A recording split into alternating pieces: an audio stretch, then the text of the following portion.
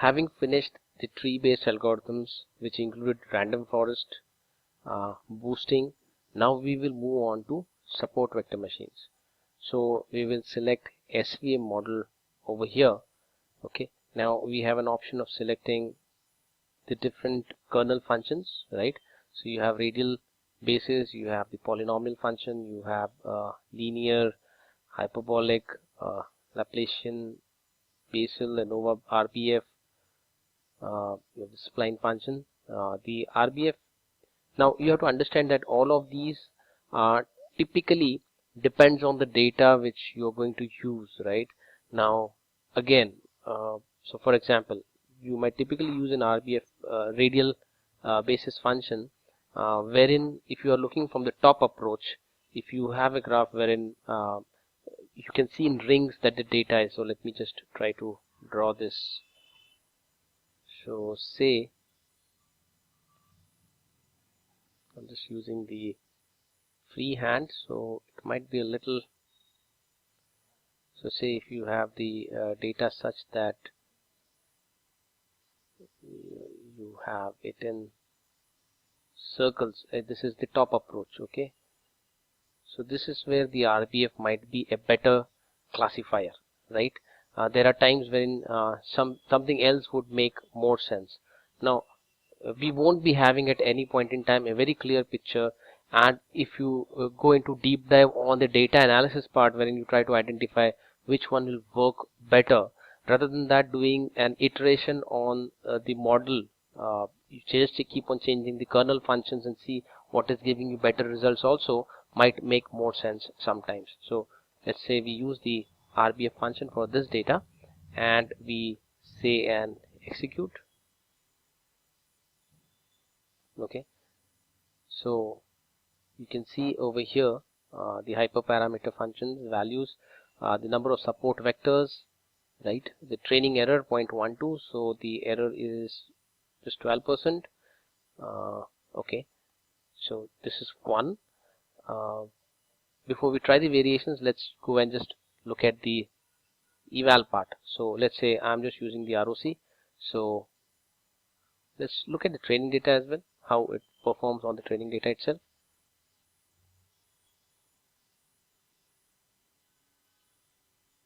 Okay, so you're getting 0.96, which is a good value. If I do on validation,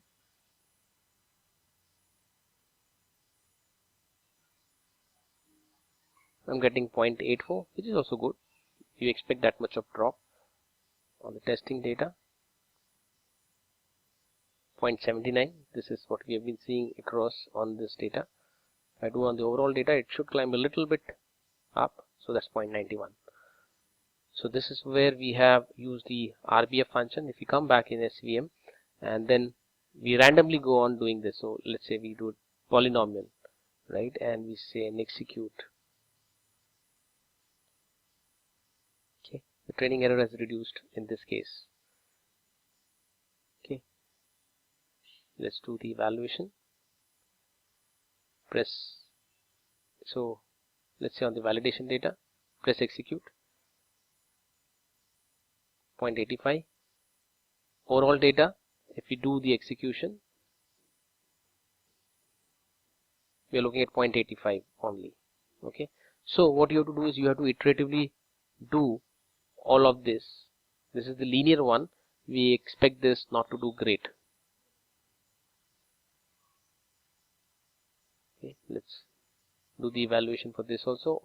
So when you're comparing between all models, you can select one of the data sets for comparison, right? So if it is validation, you can always keep validation comparison, or you can prepare a grid wherein you put all these values. So you can do say on the validation you can score all the models, on the testing you can score all the models, and then you can do a comparative analysis and pick up which is finally working for you, right? So I'm just showing the steps. I'm not doing everything in here. Okay, so stays at 0.85. Go back to model, select some other kernel function, say tan dot. So you can use this, execute. See the training error very high over here, 0.27, right? So if we try to do the eval and on the validation, see this has dropped down. So this training error has a strong correlation with respect to how the ROC curve will look and how the predictions also will come up. So it's saying 0.64 because the training error was high in this case. So what we can make out is that the hyperbolic tangent function over here is not a good fit for the type of data we have. Now there is a science behind all of this. Now without getting into the science, if you want to do it, you can just select it, run it, and see how the training error is coming. This is also coming high. So we got for some of the kernel function 0.09, but over here it is 0.15. So we should not expect great results from here. Let's see Bessel dot. Execute. Very high.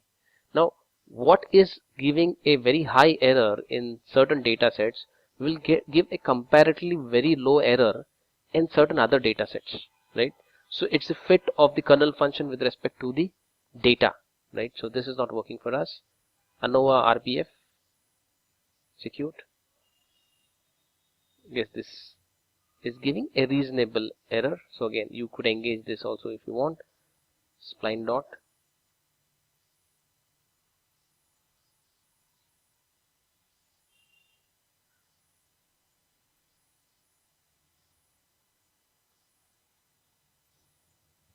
So it's giving an error, subscript out of bound. If this is a bug, please contact the support team. Okay, we are not going to contact the support team, so we'll just leave it as it is.